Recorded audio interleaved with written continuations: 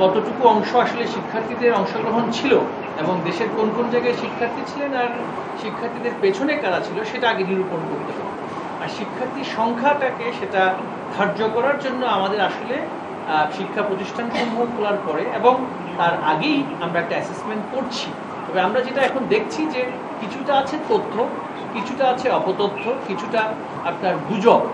এই যে তথ্যের যেই বিভ্রাট সেটাকে ব্যবহার করেই জনমনে সার্বক্ষণিক এক ধরনের একটা আবেগ উত্তেজনা বা সেটাকে ব্যবহার করে নাশকতামূলক কাজগুলোর ক্ষেত্রে যে জাস্টিফিকেশন যেটা আমরা বলছি সেটা কিন্তু করা হচ্ছিল।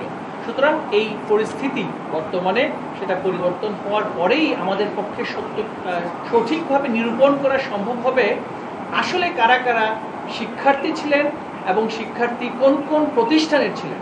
সেটা কিন্তু এই মুহূর্তে বর্তমানে যে অবস্থা সেটাতে আসলে নিরূপণ করা খুবই কঠিন।